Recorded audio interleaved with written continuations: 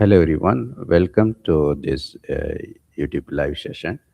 And I would like to know whether the audio is good. Okay, so suppose if you are facing any difficulties with the audio, just let me know if, the, if there is any problem with audio. Okay, let me share my screen first. I'm sharing my entire screen. Okay, this live session is to talk about my book, Python for Absolute Beginners.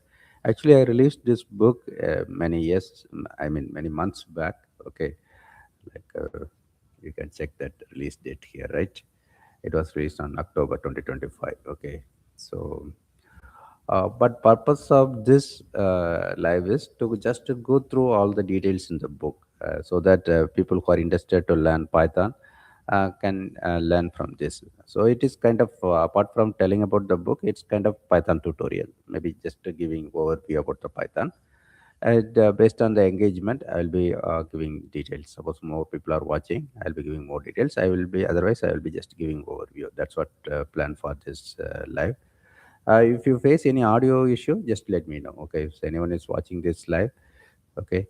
So first, before going further, I would like to tell about this Amazon page. Right, you can go to Amazon and search my name, Rajamanikam Anthony Muthu, Python. You will be getting this book, right? So otherwise, I provided this link in the description of the video. But if you are in some other country, say for example, if you are in India, you may need to change it into Amazon.in, right? So you go to Amazon.in, search my name, and if you search my name and then click name, you can find my author page, right? There you can find all my books. As of now, 45 books are there. Okay, most of the books are related to AI and technology. Some of them are motivational. Here, 45 books, and most of the books are enrolled into Kindle Unlimited, so that you can freely read them. So there you can just go through that, or you can even search there, right? Okay. So just get your record book, and as I said in this live, I'm going to explain this book. This is a PDF of that book. Okay, so I will be going through that, and moreover, I'll be trying to teach the things just right here. Just if I'm showing some sample code, I'll be just running it on Colab or VS Code, right?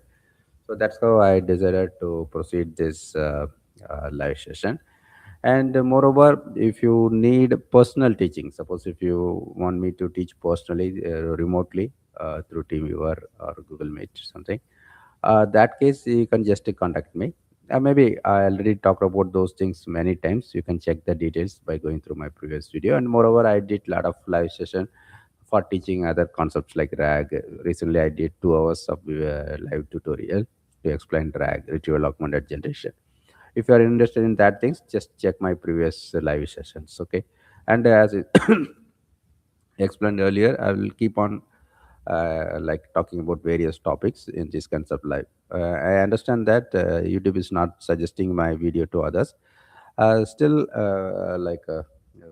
I decided to go forward. Okay, that's what my plan. So if you want to join that discussions, remember to uh, subscribe to my channel. Okay. Okay, that's it about the overview. Let us now go into detail about the book. The title of the book is Python for Absolute Beginners. As the title suggests, it is very useful for very beginners. Okay, if you are hearing about Python and its role in various things, like especially AI, and you desire to learn Python and you don't know how to start learning Python, this book will be a good guide. Okay, so already I did one live session how to use ChatGPT for learning Python. Right? You can just ask ChatGPT act as a Python teacher and teach me. That kind of approach I already explained. Okay, that is one good approach. But if you don't have enough time to do all that things, in that case, better you can refer this book. Actually, I created this book by following that approach only. Okay, so with the help of ChatGPT, I came up with this book. Either you can do it by yourself or just buy the book and then go through that. Okay, so this is for learning Python in a simple and easy way. Okay, learn Python programming in simple language with practical examples. Okay, These are the chapters: introduction, understanding variables, data storage and basic data types, operators and expressions. So typical things. Okay. So for any language, right? So this is the fundamental idea of this book, just explaining the things, basic things in a simple way. Okay.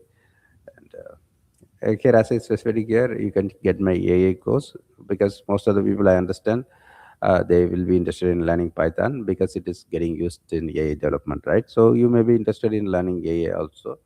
As I specified in my previous videos, right now I'm offering my AI course for free. Okay.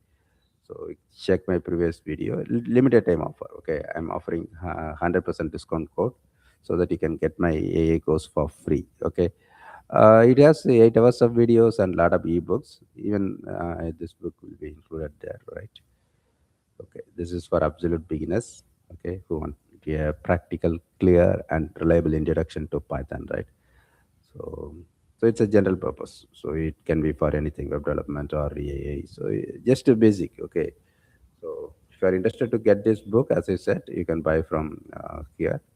Okay, let me check any question is there. No other questions. Let me just continue this. Okay. And if there are any audio issues, just to let me know. Okay. Maybe in the meantime, I will check it by myself. Okay, 1 second. I will just check that audio. Otherwise, if I'm just keep on talking, and if it is not audible, then it's not good, right? Let us check that. Okay, so it's loading. Okay, and sometimes I see a pattern, like sometimes this screen sharing will be stopped. Okay, that is just let me know through the comment section. Okay, I'll be checking the comment section frequently, and you can ask your questions there. Okay, so before going to explain these things, I hope you know the importance of Python, right? That's the reason why you are watching this video. And that case, like basically, Python is interpreted language, right? So it's not compiled. So compiled language like C, that kind of stuff, they will be very fast, right?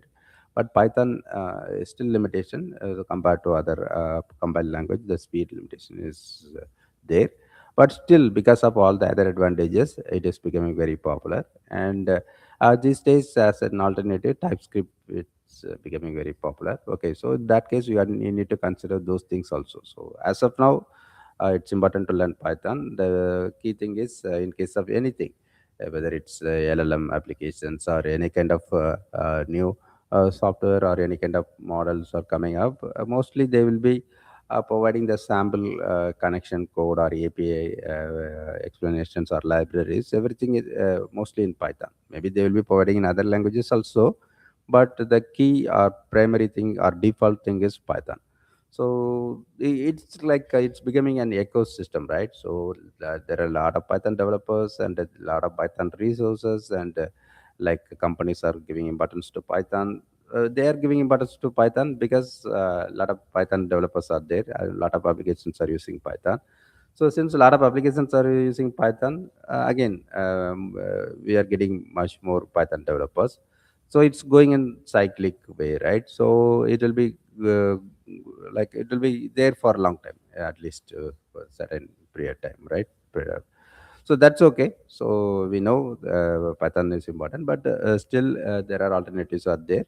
And as of now, it is important to learn Python. And learning Python may not be that much important. Some people may be thinking like that, right? Because like Cloud Code and a lot of vibe coding tools are there, right? You can just ask them to create the things. They will do the package installation. They can do the writing the code, doing configuration settings, everything they will be doing automatically, right?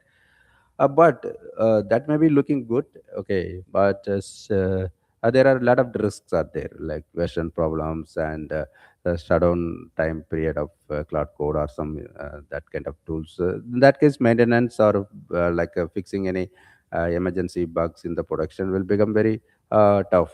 So that will entirely spoil that project, right? So that case, we need to understand the code even when we are using that kind of like AI based coding agents.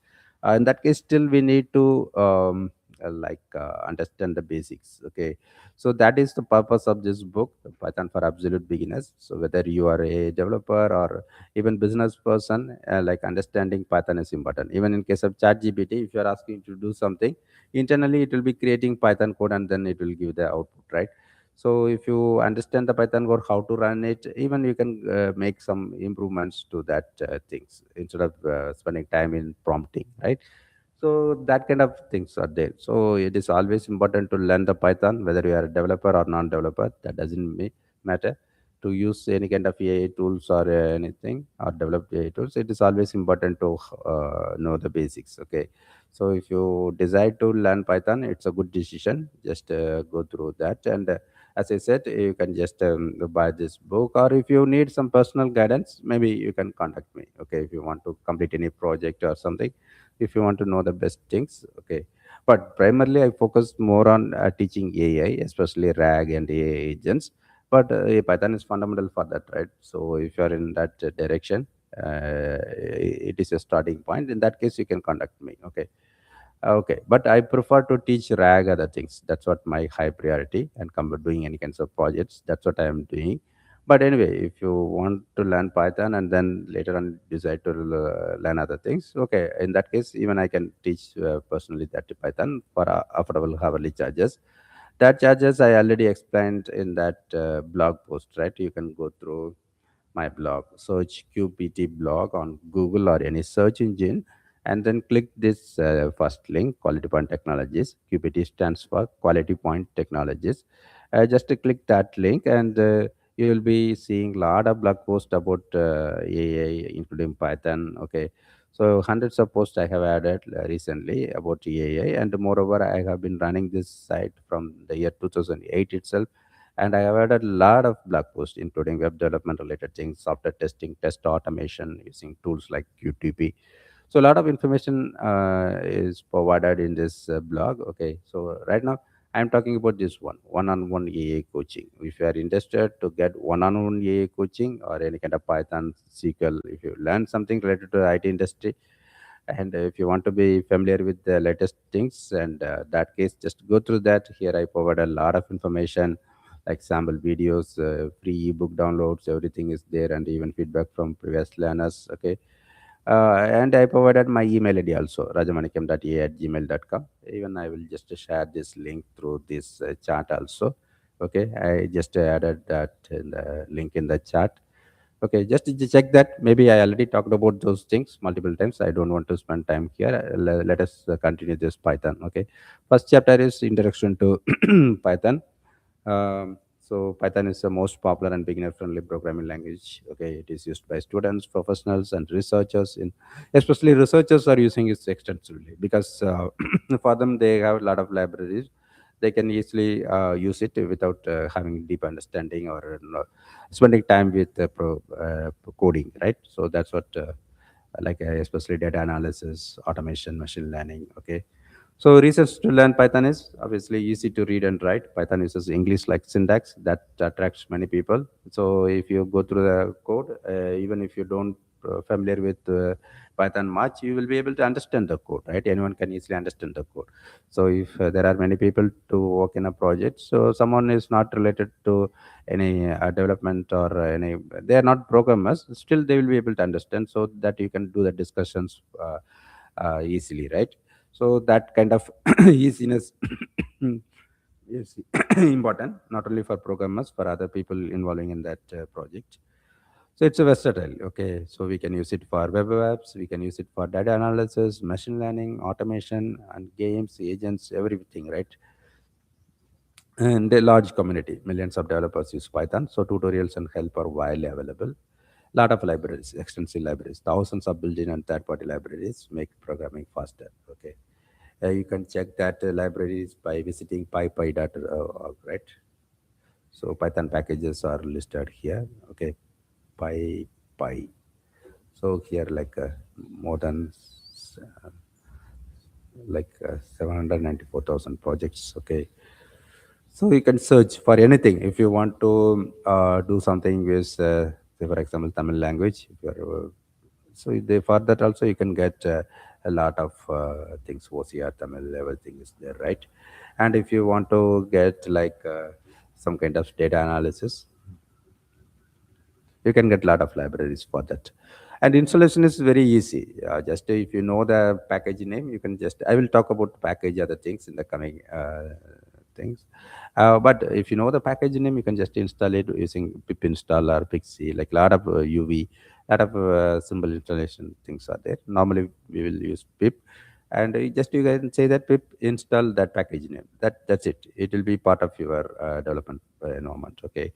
So that much easy, that is extensive libraries. And it will be like keeping like it's very convenient, right? Suppose if you want some features, you can install that. Otherwise we don't need to use that. So it will become lightweight as well as extendable. And one more advantage is cross-platform. It will run on Windows, Mac, and Linux without changes to the code. So if you are using a Mac computer and your clients are using Windows, there won't be any problem. In some things, like they will be saying that it is working on machine, it's not working on your machine, like that kind of users will be coming, right? But in case of Python, there is no such problem. It will run on all kinds of OS, Windows, Mac, and Linux without changes to the code. Okay. Okay. What you can do with Python? Python can be used in many ways. Example includes web development, data science, machine learning, automation, and game development, IoT, and robotics. So everywhere we can use it. But as I said, it's not that much suitable from speed perspective. So we have to explore uh, suitable technology for, based on our use case, right? That is different thing. But commonly, Python will be more useful in all these kinds of applications. Okay. Um, so even if you are new to programming, Python allows you to build useful projects quickly. Okay, that's a key advantage of Python. Okay, installing Python is very easy. Okay, you have to go to this site and this Python org downloads, right? So there you can find all the download links, and you can start uh, downloading, and then just install it. Okay, it is for Windows. For Linux, you can just use this command, sudo apt update, and then apt install Python. Okay, so for running Python, as I said, it's an interpreter, so even you can run it in the uh, command line by line. Also we can run. So for example, I will show that. Okay. So this is download page. From here you can download the packages. Okay. So this is 3.15, the pre-release. If you want that also you can use, or you can use stable versions. And there are various things to discuss about version, which version we have to use. So there is no need to always use the latest version. Suppose if you have some projects that are written with old Python, then in that case you need to keep it old version. Otherwise, there may be compatibility issues with other libraries. Okay, so that is very important that we need to check, and we need to be very careful. Okay, so that is what about version. I think so maybe I can talk about that things in detail later. Because right now I'm talking to the beginners, right? So I understand that mostly beginners will be watching this video. For them, I don't want to make much confusion, but they need to be aware of that things, which version they are installing. Okay, so suppose they are already having in their Python, their machine, they don't know which version they are using, they can use ask like version, right? Python 3 version. So it will be telling the version. In my machine, I'm using old version like 3.10, because for showing demo, I already prepared with a lot of libraries that are compatible with this Python. Okay. But suppose if I want to upgrade, I can do in some virtual environment that I will explain. Okay. So there is a concept like virtual environment. Okay. So as I said, it's like a interactive mode. Okay. We can even here use like this, but it's not commonly used. I'm just telling. Okay, here also we can use. Okay,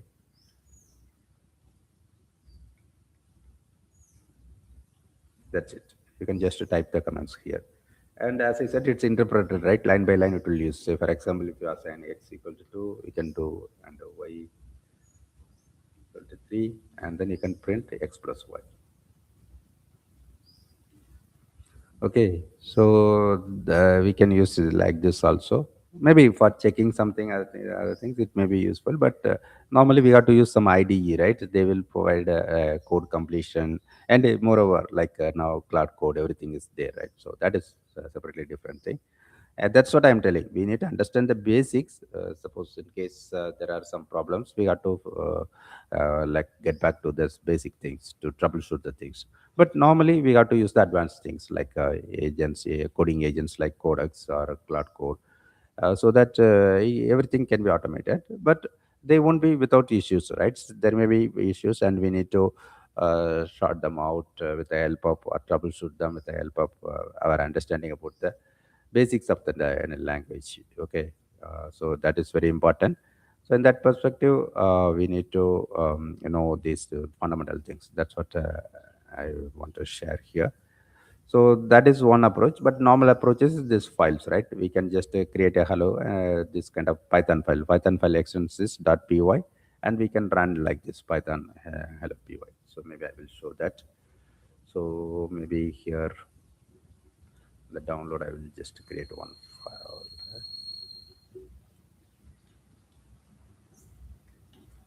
hello.py. Okay,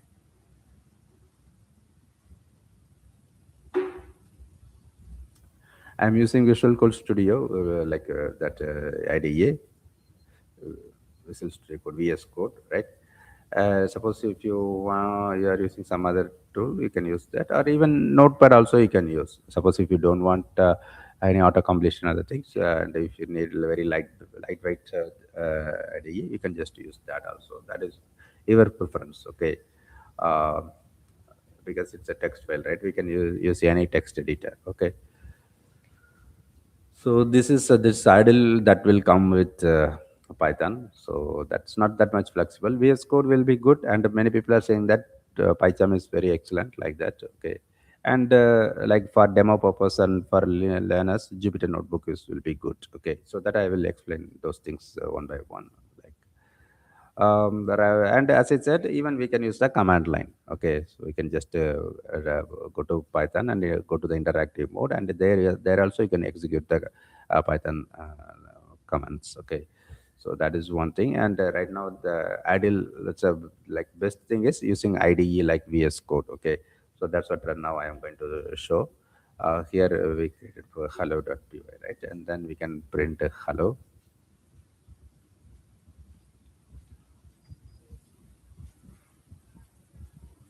print hello. Okay, so that's it. Okay, so we can save it, and we can run. This is in downloads, right? So we can go to downloads, cd downloads. Okay, so here we can run Python 3, but here also there is some, based on your installation we may need to use Python, we may need to use Python 3, we have to use sometimes py, like so it's based on your setup. Okay, so just if it is Python 3 is not working, try Python. Okay, so just check that. And my suggestion is always very clear about where you are installing your Python, and sometimes we may need face path related issues. So we should know. Okay, so maybe it may vary based on your operating system. It's just we need to be very clear about installation path. We need to know about version. That's what I'm telling. If you are randomly changing something because of some issues, then you'll be in trouble. You have to take more time to complete any kind of troubleshooting. But if you do it in a systematic way, it will be easy to do the troubleshooting very easily. Okay, so we saved as hello.py, right? hello hello.py. So it's printing hello. Okay, so this is the actual way of running, and even here also we can run in case of like here also terminal is there, right? We can just run it. So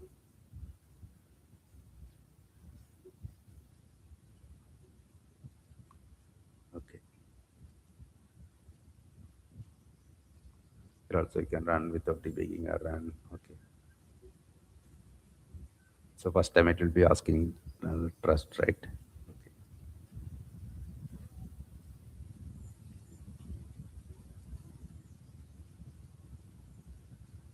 So first time it may take time. Okay.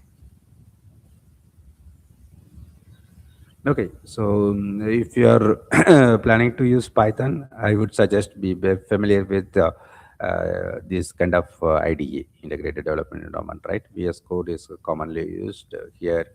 Suppose if you are not familiar with that, you need to understand about opening as a folder and this like source control. We can connect to GitHub, okay, and the extensions like here also we can extend the power of the IDE. So it is printing hello, right? Okay, you can run from here also. So as I said, extension is the very useful nature. So if you are using Python, you can install Python related extensions. Okay, and if, for Jupyter or whatever extension, you can go to this extension tab and search for extension and install it. Okay, so this is also one good thing. Okay, and even here it supports MCP server also. You can install a lot of MCP servers, and like this GitHub, you can connect to GitHub. So that is also very simple, so that you can do the management of the code, right? Version control, everything. Okay, so I hope it's clear, right? And okay. Okay.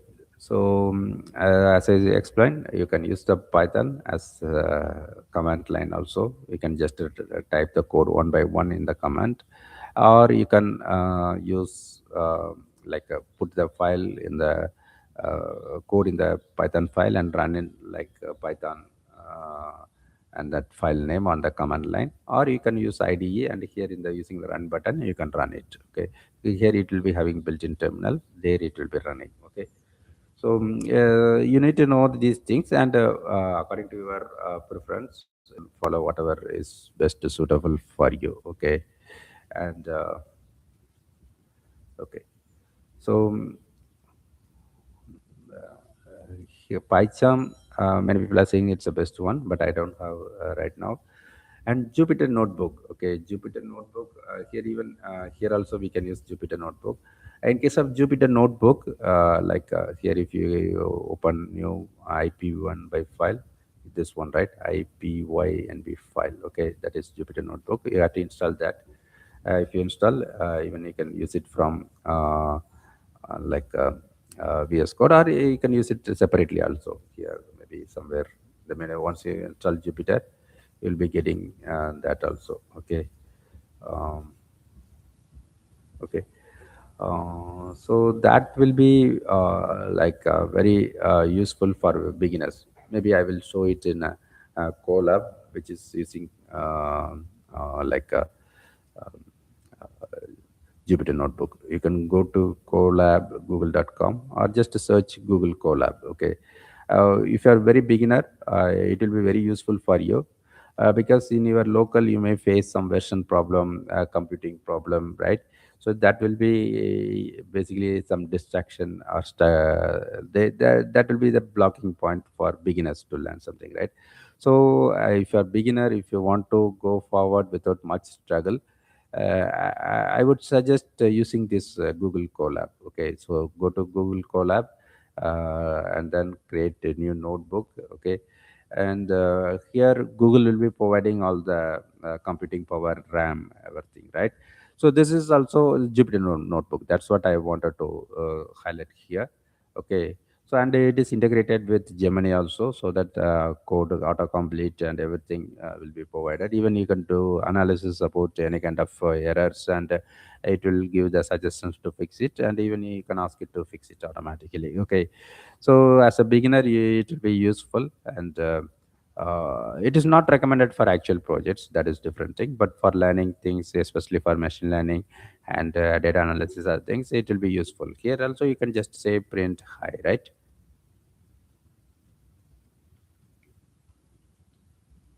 You can say print hi. So here it will be like you can write the code in this cell, and that will be provided in the next cell, and even you can add some description about each cell by adding this text thing. So I'm printing text like that. Okay, So this will be the best way to learn the things, right, and organize the things. Okay, so that's where okay.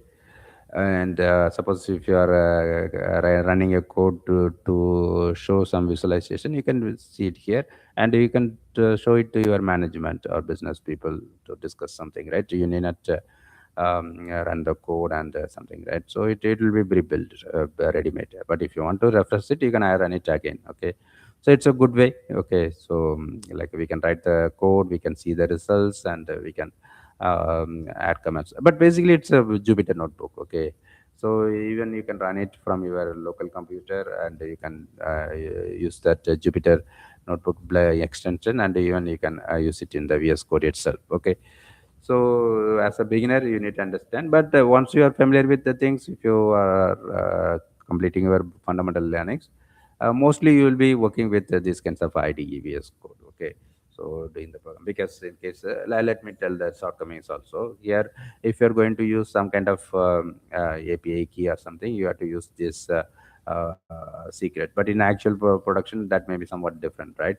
So and moreover, for keeping the files, it will be session based. Once you close that things, the files won't be there. Okay, you can use the things, you can use it from your drive, everything. Features are there. For that, we have to write a code in a different way for using this Colab.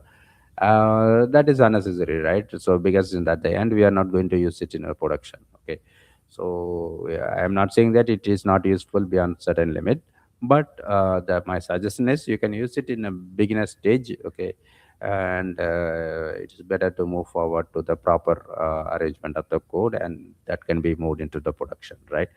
So but for learning purpose, to discuss with other people, and even for referring something, you can keep it in a these things in a notebook. So you have to decide which one is suitable for you. My suggestion, as a beginner, you should know what are the things available and how to use that. Okay, that's what I'm trying to say here. Okay, so first program, as I said, we can print, and it will be printing this, and comments, right? So normally that also important. Suppose if you don't want to, like you are writing something in a different way, like I'm just keeping everything in a simple way. Okay, so now it will be printing high and hello, right? If you don't want to run this, you can just put this one. Okay, and save it, control s, and then run it. Okay, it will be printing hello only. Okay, so it won't be executed if you use this hash in front of any statement. Okay, suppose if you want to do it for multiple statements, you have to use this triple quotes, single quotes. Okay, so if you use this triple single quotes, nothing will work. All the things that are inside that quotes will be ignored. Okay, so it's not doing anything. Okay, so this is the common practice of using commenting in this things. Okay, and variables. If you are familiar with any other language, here also same thing. There is no specific data type. Okay, so you can assign like name as Alice and age as 24. Like it will be automatically like a name will be considered as a string, age will be considered as integer. Okay, but this is a fundamental of Python, but the best practices are now coming type hints, other things are coming up to reinforce or enforce that type. Okay, but fundamentally, technically, Python is not having that kind of data type declaration or something. You can use any variable for holding any kind of data. Okay, based on that data, it will be automatically assigned internally. If you are using, assigning Alice, then name will be taken as string. If you are assigning the number 25, age will be considered as but we can do the typecasters or something that we can discuss. Okay, and another key difference, if you're coming from PHP or C, from any other language, the key difference with Python is this indentation heavily. Okay, so that is the fundamental. That is the reason why I always recommend to using some kind of standard IDE like VS Code, because that will take care of indentation, everything, right? Otherwise, if you are using just Notepad something, it is difficult to handle those things by yourself, everything, right? So in that case, Python uses this indentation. You can use spaces, multiple spaces, or tab to achieve that. So for example, here it is. I will just copy.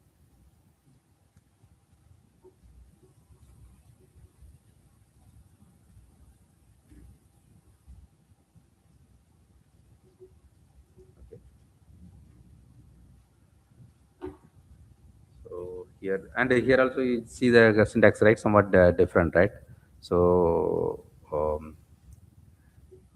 this if condition we are not using brackets, but this colon we are using, and we are not using these kinds of braces, right? In other languages we have to use. So instead we are using this indentation, right? So it is indented. Now it will be working. So now it's working, right? But if you write in the same line, it will be giving error.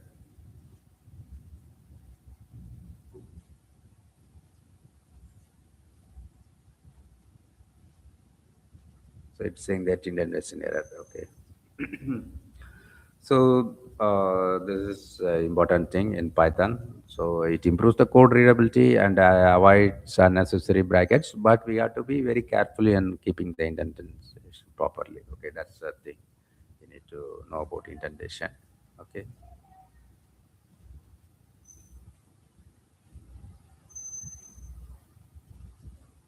Okay, this one we already noticed, right?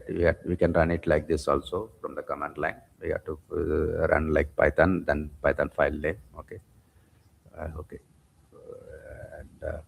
And this one, it is just for including string and name. This is one way, but the best way we can go through that. We have to use f string that I will explain later when going through that part. Okay, so so this is similar to any other language. It will be throwing standard errors, right? Syntax error means syntax error. Here it showed indentation error, right? So okay, so that's the standard thing.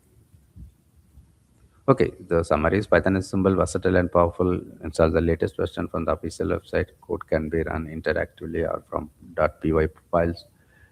Commands explain your code. Variables store data. Indentation defines structure. Errors are part of learning. Read them carefully. Okay. So you can try these things, install Python and check the version, write a program to print your name and favorite color. Okay, that's what I always highlight. You need to do a lot of practices, exercises to get the hands-on experience. Then only you can understand the concept easily.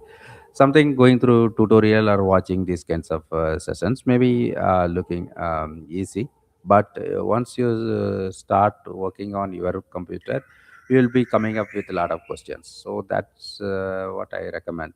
Do a lot of practices on your computer or using Google Colab or whatever is convenient to you. First, start with your convenient thing, then move on to like best things. Okay, so that's what I can say about this. And other things like understanding variables, data storage, and basic data types. Okay, what are variables? So it's very fundamental, right? If you're very beginning to the language, maybe I would say that it is like here it's explaining, right? It's a container that stores information. Okay, think of it like a labeled box. You can put something inside it, and later you can read or change it. Variables allow your program to remember data and perform calculation. It's part of a key part of any language, right? So, as I said, we can use different kinds of variables, and we can assign the values using this equal sign. Okay.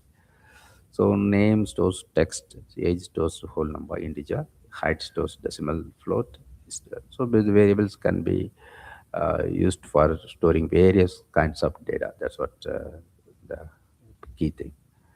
So Python automatically determines the type of variable based on the value. Based on the value, it will determine the type of variable automatically. We need not specify that specifically. Okay, and there are some rules. Okay, so similar to any other language, that variables we cannot use all the words as variables. It should start with the letter or underscore. It can contain letters, numbers, or underscores. Cannot use Python resort keywords like for, if, class, like that. We should avoid using that kind of resort keywords. And we have to use like naming convention is important, right? Suppose if you want to assign a value of user age, better use user underscore age like that. Okay, instead of using X, Y, Z like that. Okay. So this is a name. This is valid, right? Score 100 is valid. Is active. To invalid, it is starting with number. Okay, so it cannot start with number, right? So it's giving error, and we cannot use this keyword result keyword, right? So it's giving error. Maybe we can see this, right?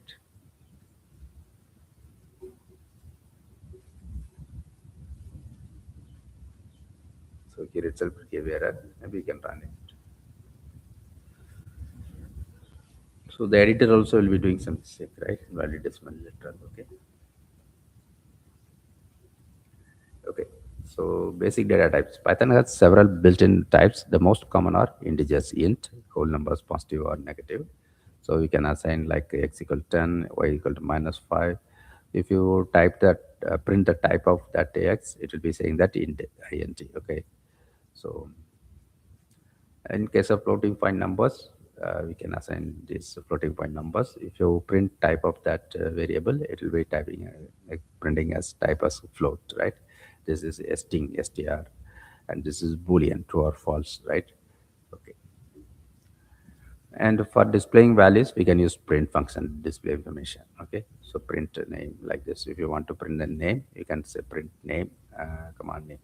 Okay, this is old approach or one symbol approach, but normally, as I said, we have to use f string. Let us see that when we are reading from this book. Okay, so Python allows the combining strings and other types using f string. This is what I was telling, but it will be available after this 3.6 version. So previous version that codes maybe using other approaches. So it is better to know all that kind of approaches, even if you're not going to use the old approaches, to understand the existing code libraries or very like a maintenance purpose. If you want to check, understand the existing code, you need to know that. But for if you are planning to create new code, it is always better to use f string. Okay, so let us run this. So name is assigned as Raj, age is assigned as 48. If you have to print name of this Raj is 48 years old, we have to use f string. Just to put f, okay, and open the course, and within and close the course at the end. Within that, here you can use the literal strings as well as variables. That is the beauty of this f string. So it will make your job very convenient. Okay, so you can just use this, but we have to use this braces around that variables to make or indicate that it is variable, right? So we need to have some mechanism to indicate it is as variable, right? In case of php, it will be like dollar like that, right? So similarly here we are using this approach, but it should be within f string. If f is not there, it won't be working. Okay, so we have to understand this f string properly. Okay, and without f string also we can deal that, right, through traditional approaches, but that are complex and not that much convenient compared to f string. Okay, so we have to use the f string. Okay,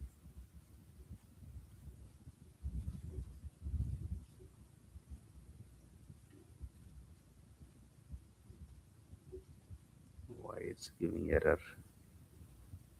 Maybe any unnecessary space. Let us see.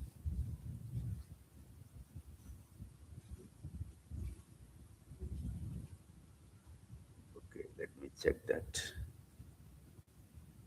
So print age equal to 48.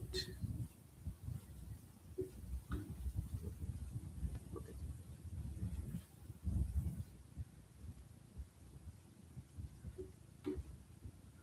So copying from PDF is not.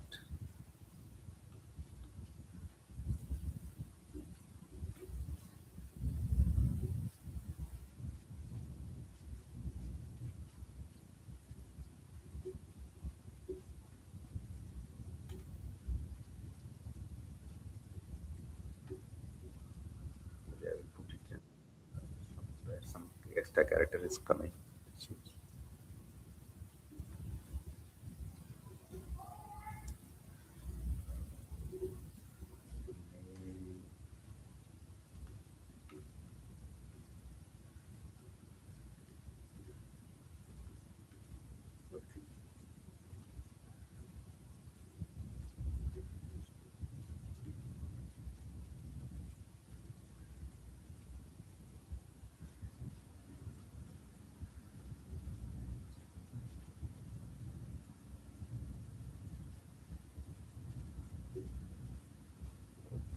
can take help from here, right? So for learning purpose, if you are facing these kinds of issue, we can ask here, right? Fix the error. But normally, many people are saying that cloud code is good, but this is not cloud code.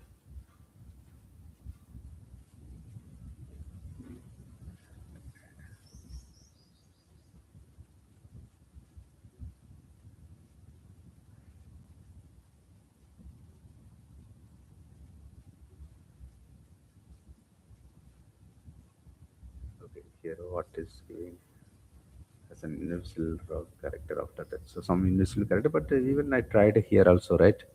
That's the reason why we need to be very careful when copying the code from PDF files. Okay, invisible character that is breaking syntax. Let me fix it. Sharing browser of the workplace.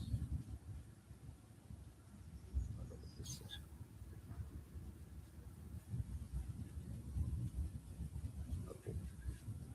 So visibly we are not able to see it, but some invisible characters. Now I hope it will be working. So that is where the AI codes are very much useful, right? That will save a lot of time. But even I tried this just notepad. Here also I couldn't find that invisible character. But this AI is allowed to do that. Okay. So I will skip that. I already executed here. Right now, Raj is 48 years old. Okay.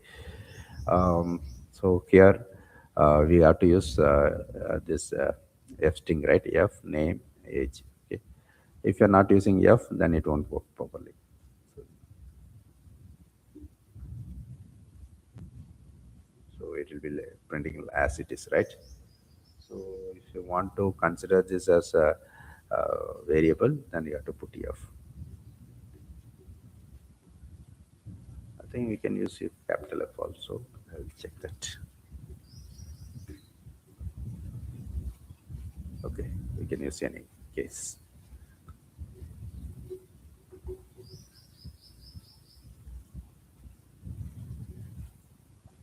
Okay.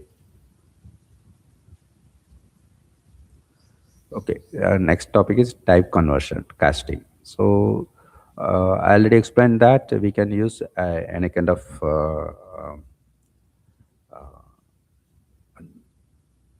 data type, right? But sometimes we may need to use in a specific way. Say, for example, for adding something, it's both should be integer, right? So that case, if you're trying to use the string, and then you will be getting error. So in that case, we have to use this type conversion casting. So it's so common for any language, right? Similarly, Python also support this type conversion. Suppose if you want to convert this string into integer, then you can just use int like that. Okay, we can convert this 123 that string as integer, but we cannot convert this Python string as integer, right? We cannot do that. So in that case, you will be getting error. So it should be reasonable. Okay, you should convert. This is a number only, right? But we treat it as a string. In that case, we can change it into integer. Okay. So input is a very useful function that lets your program take input from the user. So we need to get input from user, right? So in that case, you have to use this input. It's a very common one. We need to note that. Okay. So if you want to get the name, then you have to use like this. Copy text.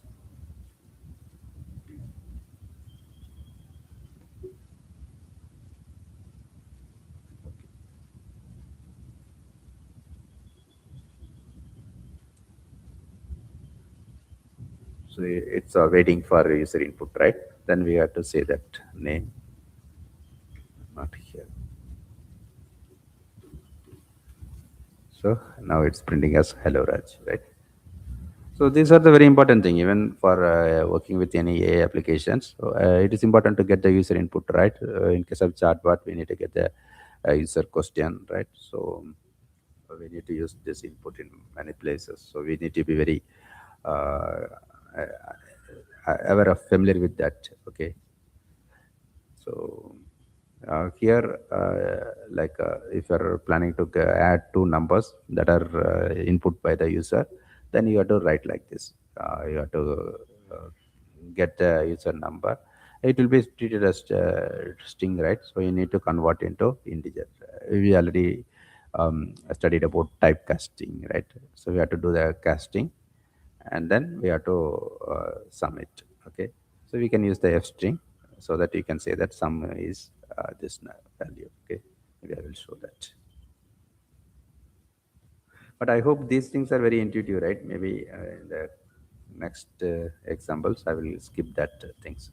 But my suggestion is you can get this book and you can try it on your own so that you can get hands on. Okay,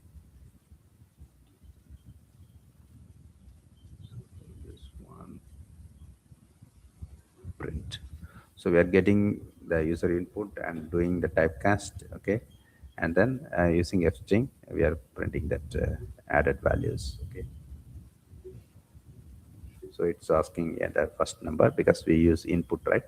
So you have to give us 3 or what a number there, not there here the command line. Okay, second number is somewhat I can give 5. Now sum is 8. Okay, so because of the input, it is waiting for our input, right? And this typecast, because of this typecasting, it is converting. Maybe we can try to remove this typecast and let us see how what's happening.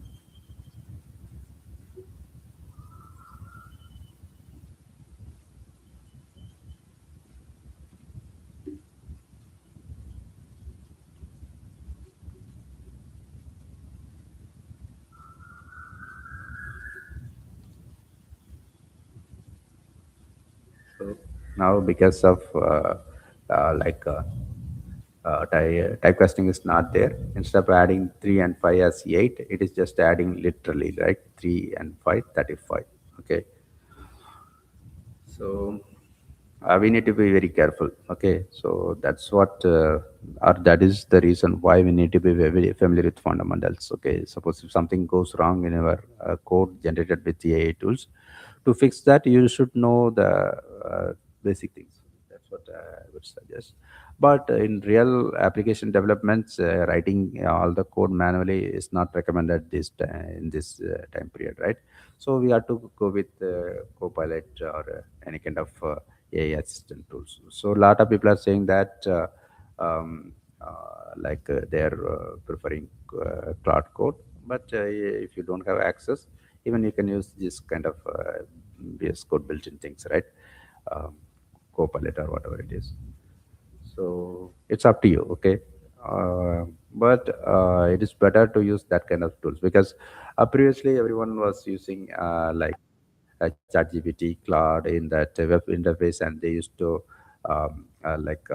copy the code from there and then paste here, right? So now no need to do like this, right? Because now that IDE like VS Code, they are getting the full context. Okay, so in that case, if you are asking it to do something, it will be more important. Context is very important. That I will talk about in a separate video. I already uploaded one video about context engineering.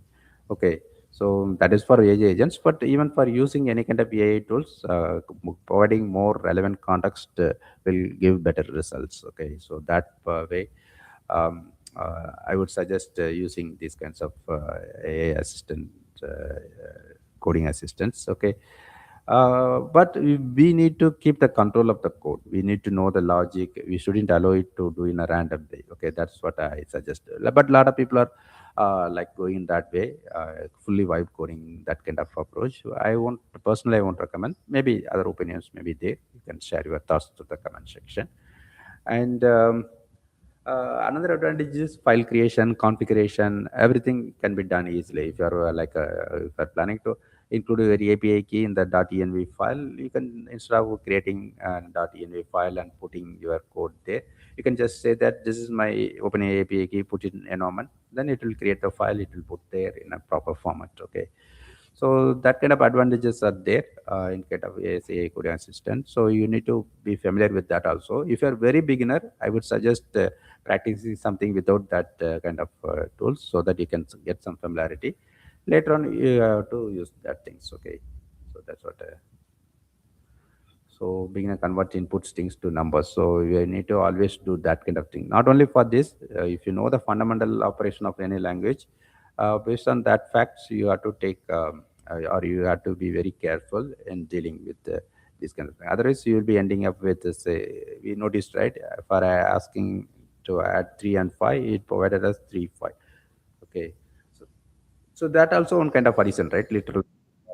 So we have to instruct that properly. If you need like mathematical addition, then we need to provide them as integer. So for that, we have to do the typecasting. Okay. So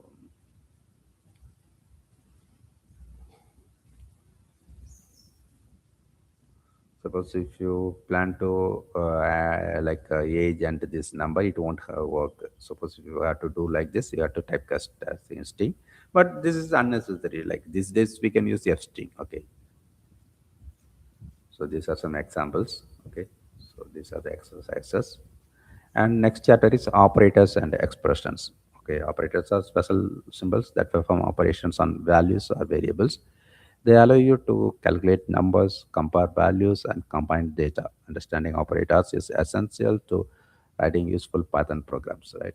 So it's like any other language. Python also having all these operators. They are a fundamental unit of any language, right? A lot of operators like arithmetic operators to perform mathematical operations, comparison operators to compare values, assignment operators to assign or modify values, logical operators to provide the conditions. Okay, membership operators to check the membership in sequences, identity operators to compare object identity. Okay, so these are the operators. You can just go through this list. Plus, these are very common, right? Minus, multiplication, these things. Okay, so you can use like this. And comparison operators, double equal means it will be checking the equality. So this accelerometry and equal is not equal, greater than, less than. It's a very common. So if you are very beginner, if you are not aware of these things, I would suggest going through these things and practice something. Okay. So if you're checking x is greater than y, so here it's true, right? 10 is greater than 7, so it will be printing as true. Okay. And these are our assignment operators. So these are shortcut, right? So you can know these things also. Here x equal to 5. Here if you do like this, it will be like x equal to x plus 3. Okay, if you use like this, x plus equal means. Okay, so just go through these things and practice them. Okay, so if you are a very beginner, I would suggest practicing a lot of things. Okay, so that you can come to know about practical things. Say for example, if you are using logical operators, if you are not properly using brackets or something, you may end up with incorrect things, right? So I would suggest initially like play with a lot of things. Okay, and you should do it in a like consciously, like instead of doing in a random way. Like think about some scenarios and just think that. Okay, so this is one example using all these things like comparison and okay, I think these are all intuitive, right? So just you can run it when you are checking it. Membership operators, you can check whether this number is in this list, right? So that is one. So fruits are apple, banana, cherry. You can print apple in fruits. It will be saying as true. Not in fruits. Mango is not there, right? Okay. So these are the symbol operators. Okay. Okay. So check these things. And expressions is a combination of values, variables, and operators that produces a result. So expressions we have to use like we can just assign that values for a and b, and we can create the expression for c, right? A plus b multiplied by 2. Okay. So order of operation, right? It is very common in any language, right? So but that is similar to any other language. That order of operation is like this only: first priority parenthesis, then exponents, and then multiplication and division, then addition and subtraction. Okay. So if you are a bit confused, better always to for safer side, you can include some brackets, right? Next chapter is data types and type conversion. So we already discussed, right? Here is a detailed discussion about those things. Maybe you can go through that. Okay, but the concept we already discussed. Okay, here it's a complete details about that. Okay, so just you can go through that. And this topic is very important topic, list, tuples, and collection. This is very important topic, and we need to be very familiar with these things, especially list, so that like you have to use list in almost any kind of program. Okay, so that these are all collections, right? In Python, collections are data structures. These are data structures basically. Okay, data structures that can store multiple values in a single variable. Okay, they allow you to organize and manage data efficiently. The most commonly used collections are list. Okay, it is ordered. It is a changeable collection. It's a very common one. And tuple, this one also ordered but unchangeable. Okay, we cannot change the values in the collection. Okay, set is unordered. Okay, there is no order, and but unique collection. Okay, dictionary is completely different. It's a key value pair collection. Okay, so dictionary also we will be using most. List also will be used most. Tuple and set in some rare cases. Okay, so yeah, but anyway, it is important to understand all these things so that you can know the code. So, so here a list is an ordered collection of items. So that means indexing. Like apple will be first means apple will be first. You can even access like fruits that index number to access that thing. Okay, so that's what it's a ordered collection. Okay, the unordered thing is set. Okay, but a unique. Okay. So because it's unordered means it should be unique, right? Otherwise, if duplicates are there and even it is not ordered, then it will create confusion. So that's the reason why it is unique collection set. But in the ordered things, it need not be unique, right? So even apple can appear after cherry also. That's a different thing. Okay. And key difference between list and tuple is this is list is changeable, tuple is not changeable. That's only difference. Okay. As I said, dictionary is somewhat different. It's a key value pair. Okay. So in case of list, you can create with this bracket symbol, square bracket. Okay. So you can use anything. You can use purely string kind of elements or numbers or mixed things. Okay. Here you are using string and numbers and boolean and a float, right? So you can use like this, no problem. Maybe you can just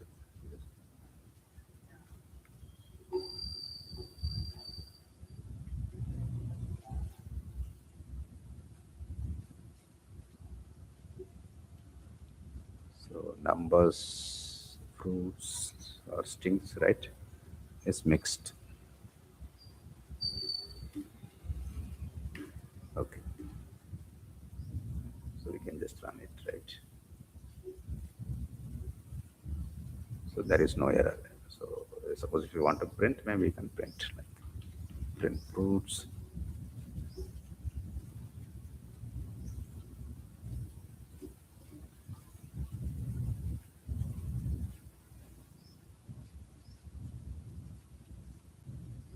Okay, so print the fruits, printing numbers, print next, right? So it's number, printing numbers and other things. Want only the first fruit, print apple, right?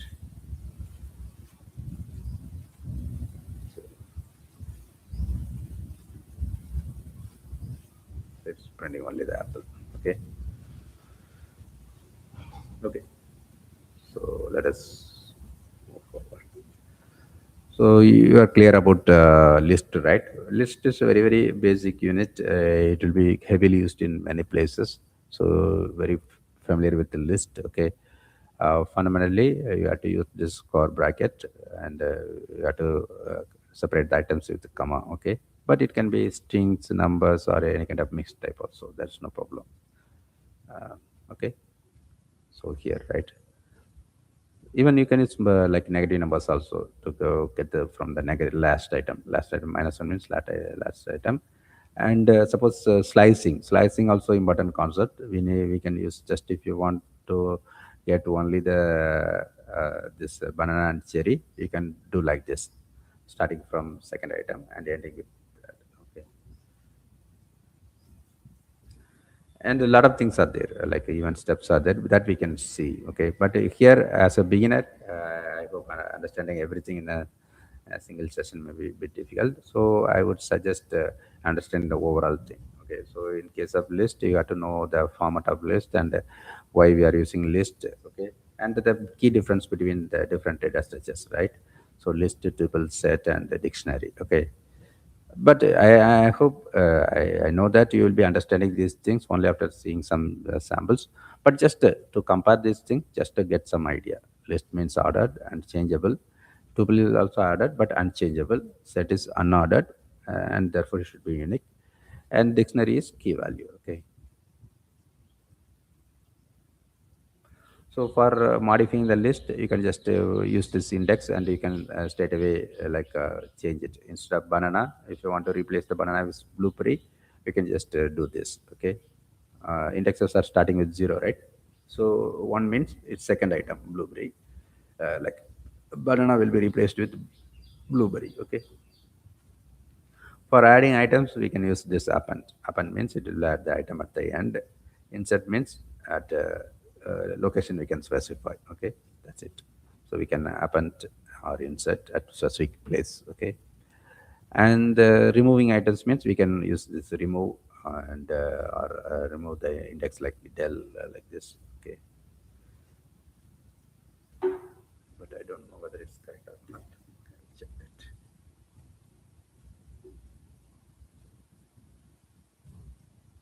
And we can use this pop also common one.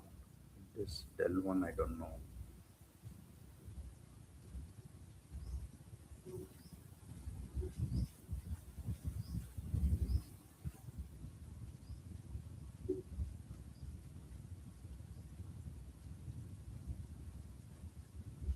Okay, it's working.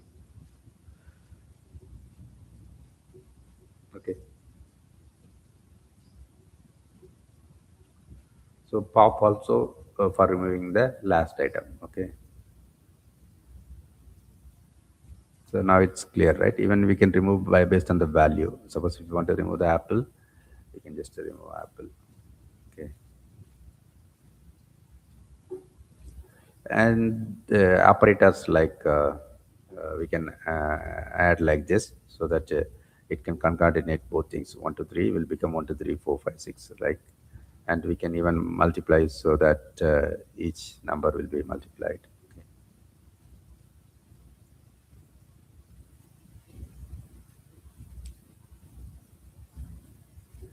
Like multiply 2 means 1 2 3 1 2 3 is coming 2 times. Okay, not each item but the entire numbers. Let's check this.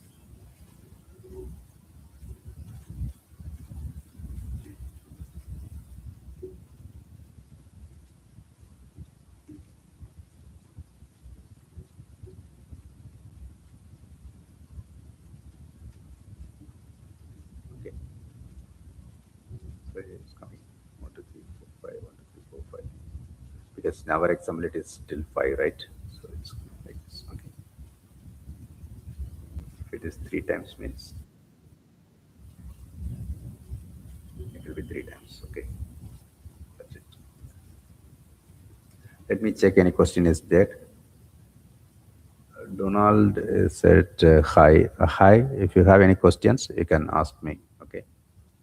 Even if you're watching this video after ending this live, you can ask your questions through the comment section so that I can answer the questions. Okay. And next one is tuples. A tuple is similar to a list, but it's immutable. We cannot change it. Okay, meaning you cannot modify its contents after creation. So this is a person, right? So the tuple like is represented with this normal bracket. The square bracket is for list. For tuple, it is normal bracket. And here other things are same. As I said, we can use any kind of data type. Okay, and for printing the list, we can use the first index, right? Zeros. Okay, other things are same. Okay, only thing is that it is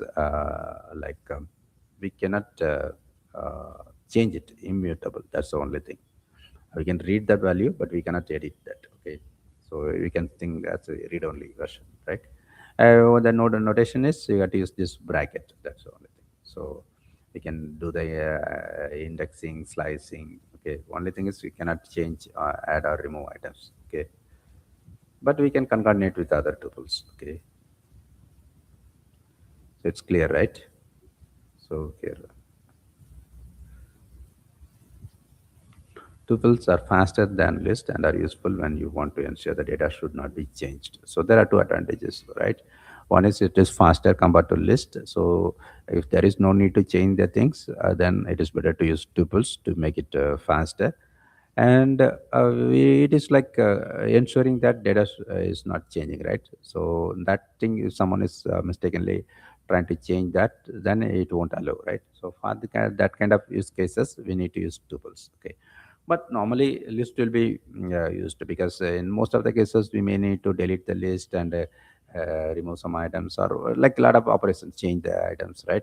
So that will be there. But in these cases, if we don't need to change the items, and in that case it is always better to use tuples so that it will be faster. Okay, and set is unordered collection. Okay, there is no order here, but it should be unique. Okay, sets are mutable. Okay, but do not support indexing or slicing. We cannot do indexing or slicing, but mutable. Okay, you can change that, and it should be unique. That's important. So, for example, if you use like this apple, banana, cherry, apple, it will be removing the duplicate apple. But in case of list and tuples, it won't happen. Okay, so that is the key difference between uh, list and set.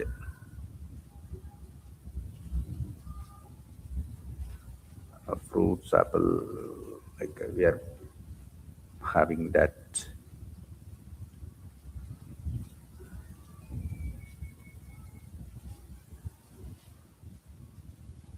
Okay, let us check that. So apple, cherry, banana. It removed the duplicate, right? This apple is not there because it is set. Set means this bracket. Okay. So for list, it is square bracket. For tuple, it is regular bracket. For this set, it is like this brace, right? Suppose if you use list, okay, instead of this one, let us see what's happening.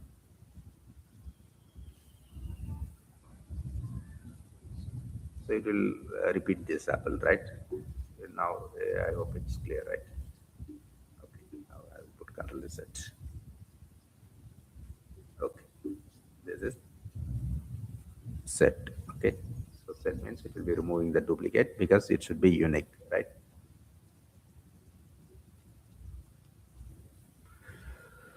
Okay, so you can use operations like union, intersection, and difference. So if you are using union, it will be including all the things because both are unique things, right? These things and that things. Okay, intersection means it will be taking the common. 3 4 is there, 3 4 is there. The difference means like here 1 2 is not there, so it will be taking that 1 2. No, no, it's not like that. A difference B, right? So what is there in A, right? That are not in the B, like that. Maybe if you put B difference A, that will be different, right? But in case of A union B, like whether in A, both will be same. Okay. So these are sets. Okay. So the format is this square bracket.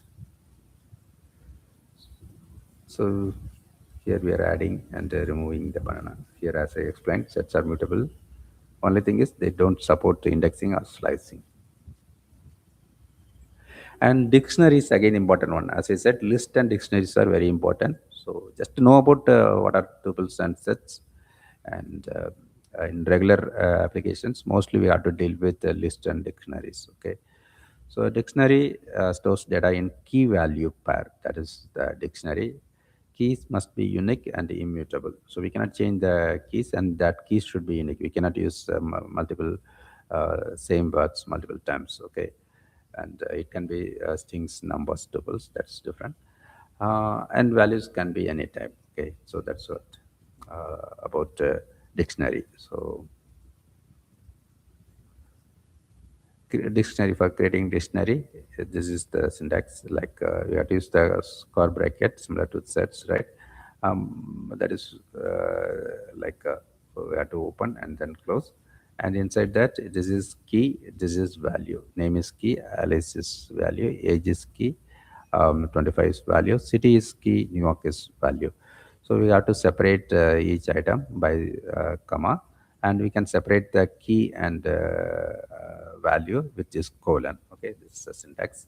So we can just print person's name as person name, and the age means person age. Okay, so it will give the age, person city means this is the dictionary. Okay, key value pass. Okay, so you just understand the syntax. Okay, so you can easily modify it, right? If you want to modify the age, you can say person age is 26. Okay, job is print person, and we can remove the item like del also we can use, or pop also use. Already we already noticed for list, right? Something similar.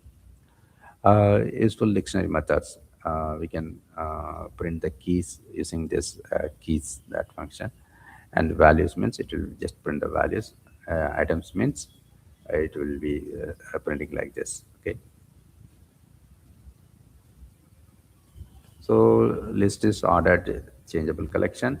Tuple is ordered unchangeable collection. Set is unordered unique collection. Dictionary is key value pair. Okay. Collections are powerful tools for storing and managing multiple pieces of information efficiently. Choose the collection type based on whether you need order, uniqueness, or mutability. So it's based on our requirements. Okay, choosing appropriate one will save a lot of time when troubleshooting other things. Okay, so do it in a proper way. But for doing that, we need to know what are these things, right? So just to learn that things, practice a lot of things. So here I provided some practice exercises. And next chapter is conditional statements and loops. Okay, conditional statements, like it's like if, elif, and else, right? So it's common for any language. So just mostly in the next things, I will be just probably going through quickly. Maybe you can get that book and you can practice by yourself. Okay. um, Conditional statements let you program perform different actions. Okay, so if condition, else another condition, I mean elif, right? Else means like none of the above conditions are true. Okay, so if age is greater than or equal to 18, print you are adult, else print you are minor. Okay, multiple conditions also you can use. If marks greater than 90, grade A. L if marks greater than or equal to 75, that means between 90 and 75, right? So grade B, and like that. You can use if, L if, else. Okay. Notice this colon. So, and there is no brackets, right? So indentation is important. Okay. So just notice this colon and the indentation. And these brackets are not mandatory, but putting that brackets is not. That's a good way. Okay. So indentation is critical, and you can combine condition using and, or, and not. Okay. So if age is greater than or equal to 18 and has ticket, then print you can enter the concept. And logical operator also we can use, right? And loops allow you to repeat actions multiple times without writing the same code again. For loops, while loop, like that, lot of loops are there, right? So for loop means here for fruit in fruits, print fruit means it will be printing like apple, banana, cherry, like that, right? Here it will be output. A range of numbers means for I in range 5, then print I means 0, 1, 2, 3, 4, like that it will be printing.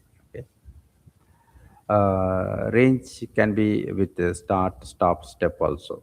Okay, so you can start with 1 and end with 10, and add as 2, like 1 3 5 7, like 9, like that, right? So right, so we can use like loop in a different way, and that is for loop. Now while loops also, like you know the fundamental of while loop, right? Mostly everyone should be using a while loop in C and other languages. They continue executing as long as condition is true. If while count is less than 5, then it will be printing count, and then count will be increased as well. So here also notice the indentation. Okay. Okay. Loop control statements: break, continue, pause, right? In case of break, it will exit the loop immediately. Like continue means it will skip the current iteration, move to the next iteration will be continuing. Okay, that's what continue. But it will skip the current iteration. Suppose some problems happen, and that time it will be useful, right? Pass means it won't do anything. It will be just a placeholder. Okay. So here these are the examples. If I equal to 3, then continue. That means it will be skipping that third iteration, and it will continue with fourth, fifth, and sixth, right? So, but if it is I equal to 5 means it will break. Break means it will stop the loop. Okay. So it will be 1 to 4. It skipped 3, begin at break at 5. So there is no 6. Okay. Okay. So nested loops, like we can put one for loop inside another for loop. Okay. It's like any other language, right? It will be like achieving these kinds of matrix kind of things, right? So these are the summary and exercises. And functions and models. Functions and models are essential for writing organized, reusable, and readable code. Instead of repeating the same code multiple times, you can define a function once and use it wherever needed. Models allow you to organize functions and variables into separate files for better structure. Okay, so it is very very important. Okay, you need to know about functions, model, packaging, library. That concept, it is the fundamental of Python. So even if you are planning to use any kind of AI coding agent, still you need to understand these things. Okay, so function, it's similar to any other language. It's a block of reusable code that performs specific task. Okay, you can call the function whenever you need it, so that the code reusability is there. If you want to use this part of code in multiple times, but this is one simple example. But if it is having multiple lines, you need not write it again, right? You can just call it. That's the fundamental idea. Here, normally in every language, there may be different keywords, right? Here, the keyword is for a function. It is def. Okay, define the function something. Def, and then function name, then arguments, and this colon, and then function definition. Okay, and for calling function, just we have to specify the function name and this brackets. That's it. Okay, so this is very simple concept. And normally functions will be passing parameters, right? Arguments, right? So parameters allow you to pass information into the function. So suppose instead of just saying hello, if you want to say hello, that name, hello Raj something, then you have to pass that name, right? So this is argument name. So here we have to provide in this way. Greet user, Alice means it will be printing this. Let me show this.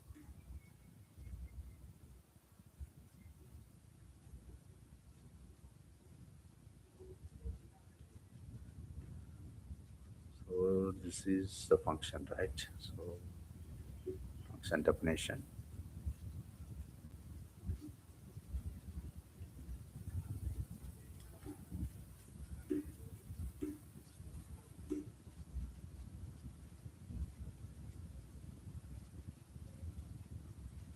Okay, indentation is important.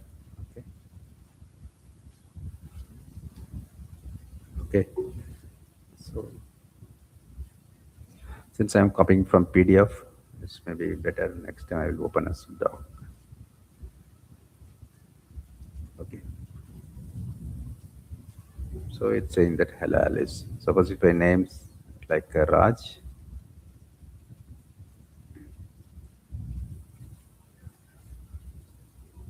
it is saying hello Raj. That is the file. Like even you can use it multiple time, right? And need not write it separately. So we can just say hello Sarah. Okay. So that is the advantage of this function. Here we are putting the function in the same file, but we can, as a model, we can put it in a separate file and just import that. Okay. So that we need to be very familiar with that importing and other things. Okay. That is very, very important for writing any Python code. Okay. But to understand that library package concept, first of all, you should know function, right? So here we have written function and you are using this function is written by you, need not write it by our own. Someone might be already done that. So we can just use that. So in that case, we need not even copy that function. We can just import the library. First, we have to do the pip install of that package, and then we have to install that. Okay. So any questions, we can ask me. Okay. So there are no questions. I will continue then. Okay. So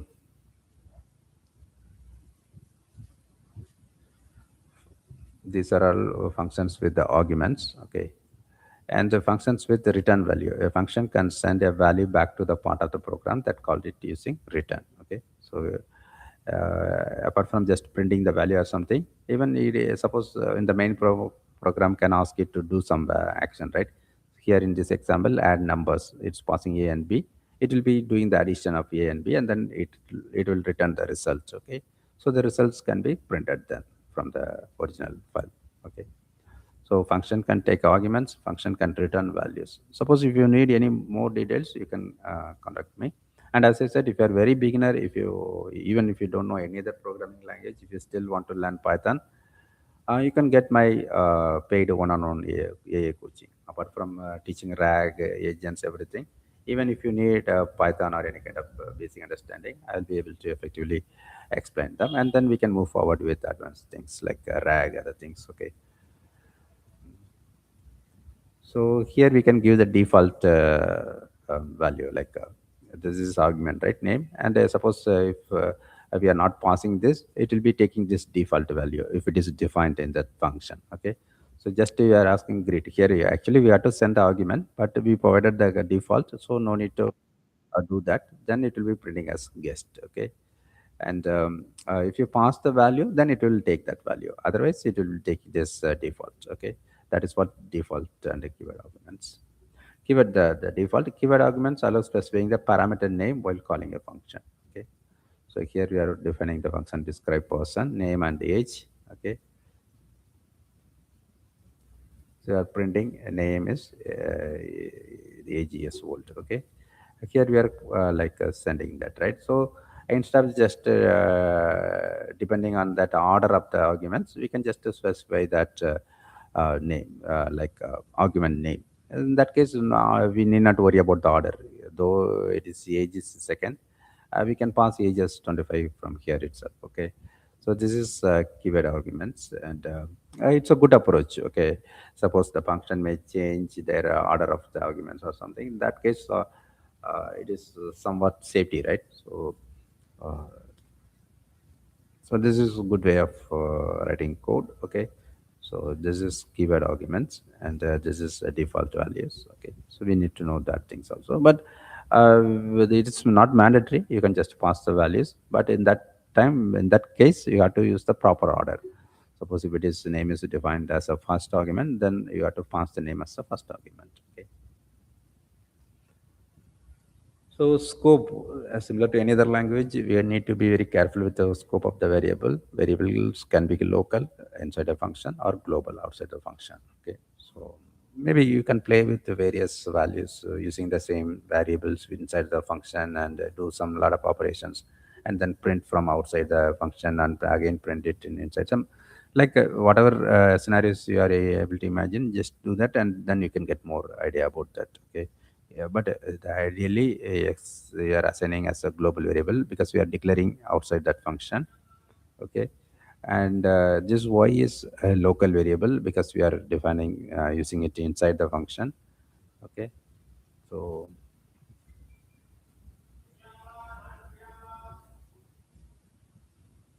okay,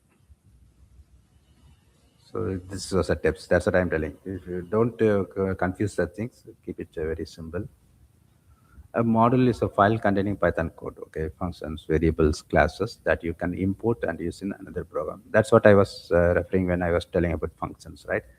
So you need not write all the functions yourself, or even if you are writing it, no need to keep that in a same file, right? So you can keep it in a common place. Okay, that is what models, and then you can import the models and then you can use it. Okay, so for example, you can create a file mymodel.py, and then there you can just include this function greet function, and you can use from another file, and you can just say that import my model, that is that Python file name, right?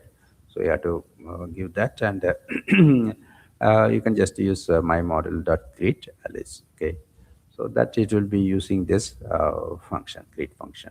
Okay, Either you can use this my model as greet, or while importing you can just give the alias name also, import my model as yum, like that also you can give. Okay, then yum dot greet is okay.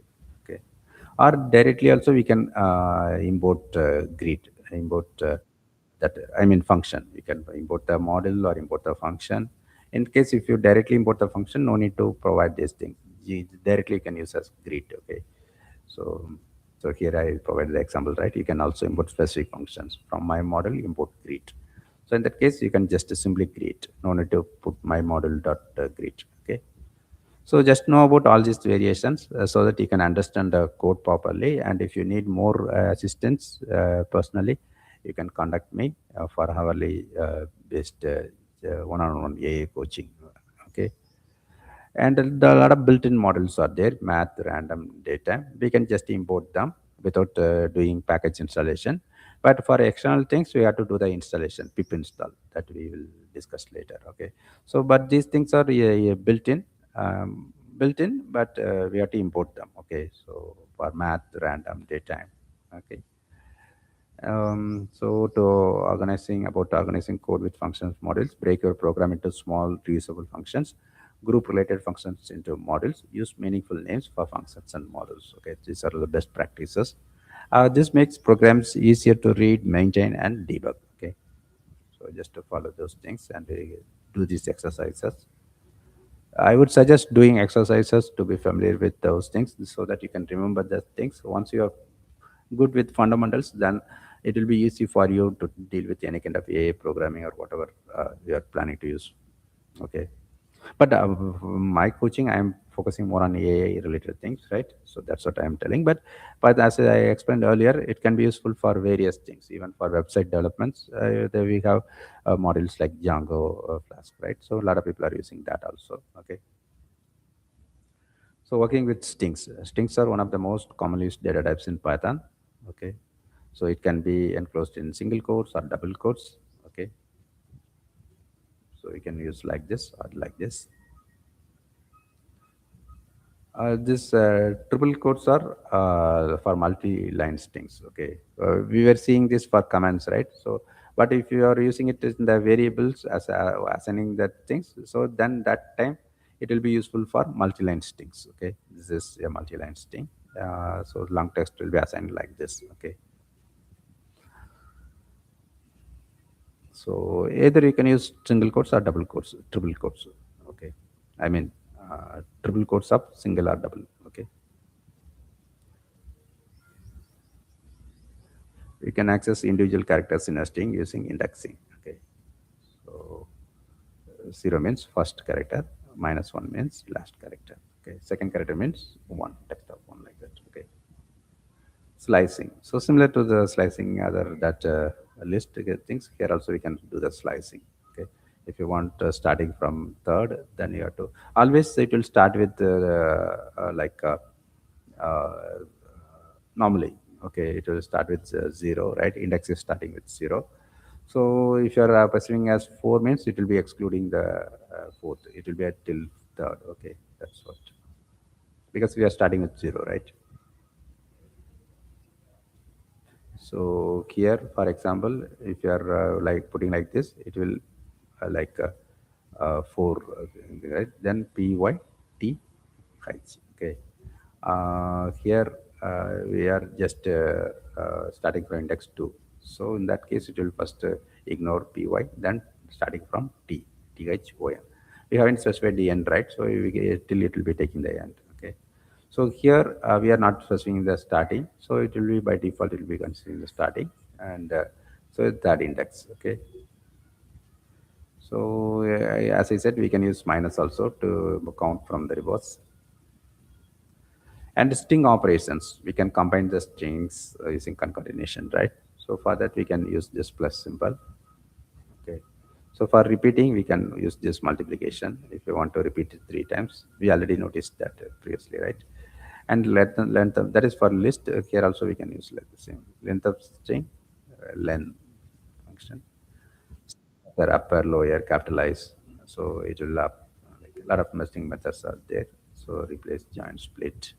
So just go through these exercises and tutorials. String, I already explained that string is very important, and formatting, but it's old way of doing.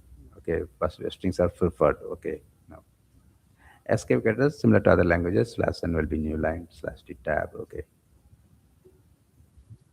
so you can search it. Okay, starting with the Python or ending. So a lot of search functions are there. Okay, so you can use. But as I said, we don't need to remember everything. But if something goes wrong, you should be able to troubleshoot that. So it is always better to learn the fundamentals. Okay, and it is better to know what are the things are available, right? So that you can use them effectively. Okay, you can follow these exercises. And file handling. Okay, files allow programs to store and retrieve data permanently. So we cannot keep all the data in the file, the programming file itself, right? So we have to use the external files, and we may need to deal with CSV, Excel, and other PDF files, right? So we have to read and write and manipulate files, right? So we can use like this. So mostly we can use these things, but a lot of other powerful libraries packages are there to deal with files. Maybe for reading PDF means PDF related. A lot of libraries are there. We can use that, but still it is very important to understand the basics, right? So that is where I'm just focusing on these books. I have other books also, as I said in Amazon. I have around 45 books. For other purposes, you can use that books. But here, as I said, it is for very beginners. Though we are not directly going to use these things because of the AI coding agents, still I would suggest do some practices to understand these things properly, so that you can do your actual work effectively, even if you're not going to write it manually. Okay, so just read, write. You have to understand how internally everything is working, right? Then only you can plan accordingly, right? So read and write mode. So while writing the opening the file, we have to give the file name as well as mode, whether we are going to read it or you are going to write it or append. Okay, append means it will add the content at the end of the file. Okay, write means it will just overwrite it. So non-binary mode will handle image also. Okay, so here if you are giving open like this means it is reading.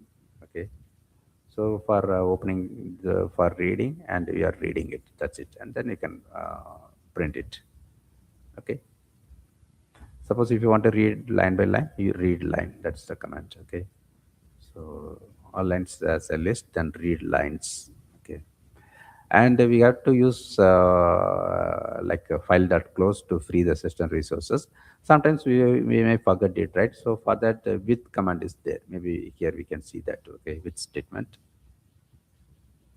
But if you are not using with, at least you have to use it just close, to manually close that. Okay, otherwise memory problems will happen. Okay, so this is for opening the file for writing purpose. Then if you write it, it will overwrite that. Okay, and append means it will include that additional text to the existing file. Here this is what I was telling, right? With statement is very important. It will automatically closes the file even if error occurs. So it is always better to use this, right? Because if your code is not reaching the close point, the close statement, and before that some error stopped the program, but still the files will be in the open state, which will create a problem, right? So with this with the statement, you no need to worry about errors and that manually closing the file, right? So it will be automatically done even if the error occurs. Okay, so with open as file, content, read, print. Something goes wrong while doing that, still the file will be closed. So binary mode is for dealing with PDFs or images. Okay. But as I said, there are powerful libraries are there for each specific task. So that also important skill, understanding or knowing about various libraries. We were talking about models and libraries, right? So no need to write everything by ourselves. We can import the existing libraries. If you go through PyPy, you can see a lot of. I was telling about PyPy right here. You can search a lot of packages here. Okay, and only thing is before importing that, you need to do the pip install of that package. Okay, so that's one important thing. Okay, so these are the file operators. Okay, so you go through that and practice that. That's what I would suggest. Error handling, it's a very important thing again. Okay, so you need to know about how to use this try except. Okay, this is the common error handling.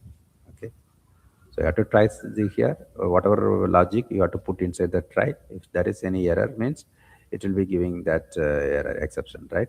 If you know except something error, then you can print like if divide by zero means it's a standard thing, right? Zero division error. So it will be throwing that error. So in that case, you can catch it and then just print this message. Okay. But we don't know all that kind of errors, right? Sometimes some unexpected error may happen. So in that case, uh, like a symbol this kind of.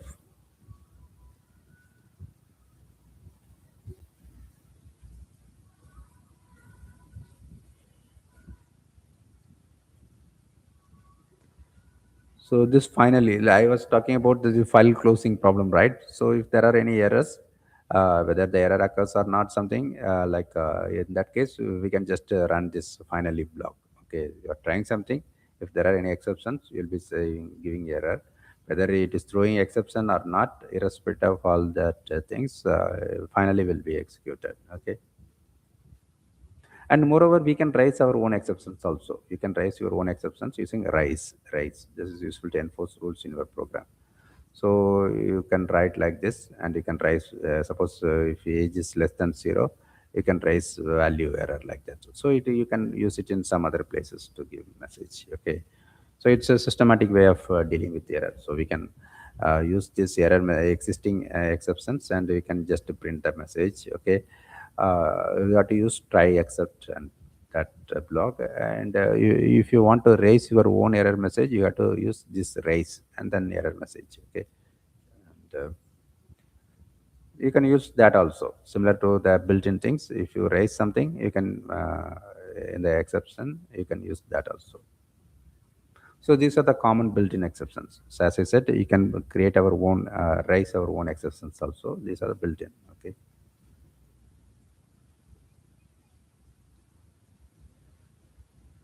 Okay. So here the best practices, we have to specify the exception type instead of using just bare except. Okay. So finally, it's used for releasing the resources like file other things. Okay. So just to try some examples. Even you can ask ChatGPT to give some examples so that you can get full understanding. Okay. So object-oriented programming, OOPS in Python. So Python object-oriented programming is a programming style that organizes its code using objects. An object represents a real-world entity with the attributes, the data, and methods, that is function. OOP helps write organized, reusable, and scalable code. Python supports OOP with classes and objects. So Python basically supports object-oriented programming. So whenever it is possible, it is better to use OOPS kind of approach, right?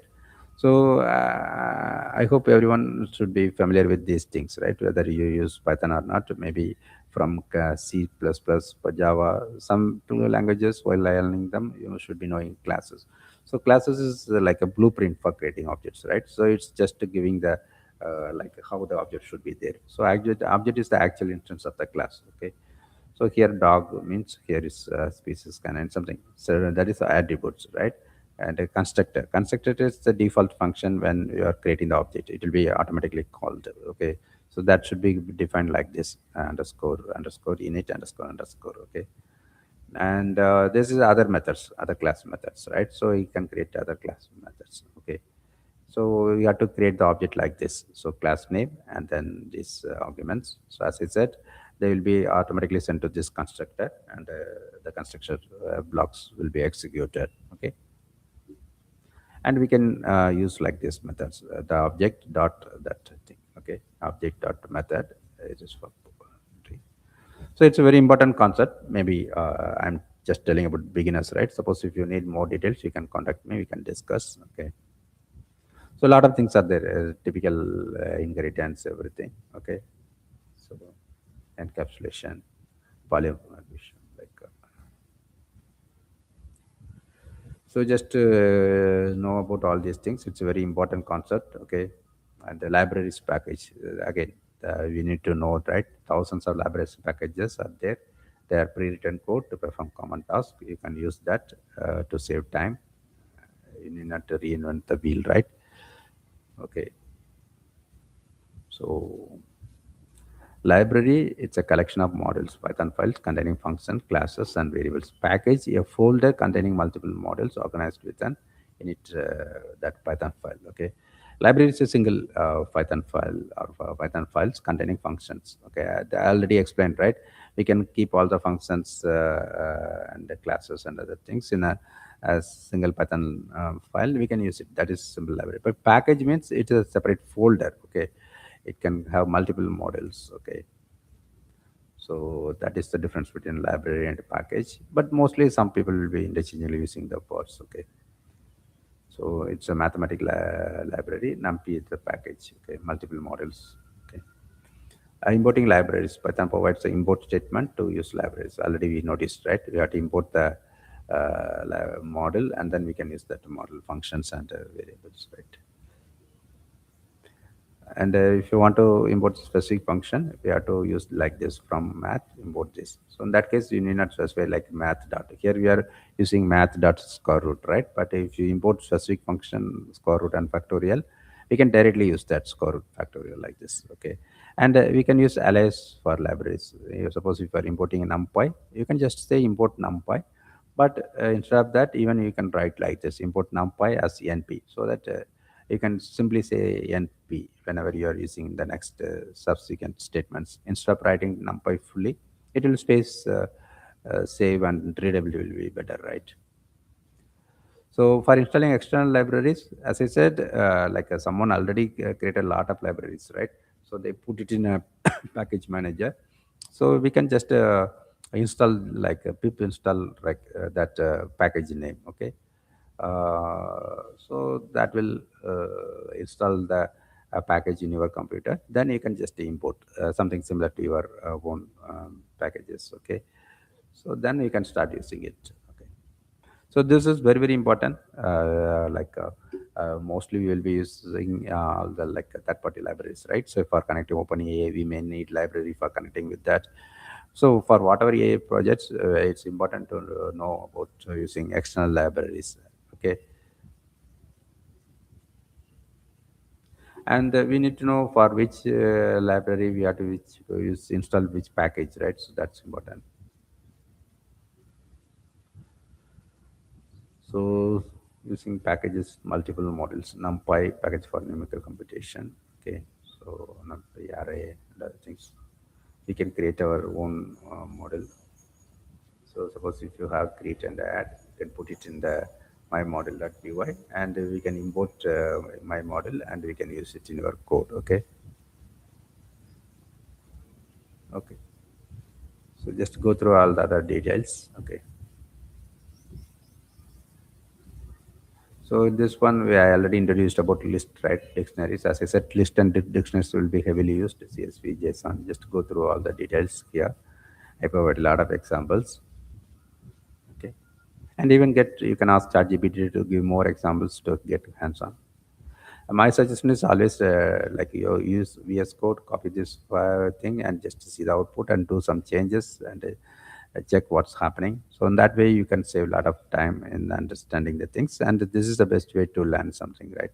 Getting hands-on. Okay, and we can convert the conversion between JSON and Python objects, right? You can Python like you can like do like this JSON term, and you can load that also. So data can be transferred between JSON and objects, right? So because the Python objects will be temporary, suppose if you want to use that values the next time, you can put it in the JSON file in a folder, and then you can read that. Okay, so this is what like. So first we need to know what other things are available, and while designing the program, you have to think about the effective way of using all these things, right? As a beginner, you should focus on the features available in any language. Similarly, Python has a lot of different things. You need to know what other things are available, how to use them, while creating your program. Then you can think about using them effectively. Okay, the NumPy and Pandas are useful for data handling. So I provided a lot of examples. Okay, so just to check them. So as I said, a lot of libraries are. This is one just example. That is the reason why I included here. But thousands of packages are there. Okay, a matplotlib will give the data visualization. Okay, so you have to install like pip install matplotlib, and you can just import pyplot as a plt. Okay, and then you can create this. Okay, so it will be really interesting to work with, right? So you can just create the graphs easily, and you can change the graph type. So just check that. Okay, so go through these things and just run it. Okay,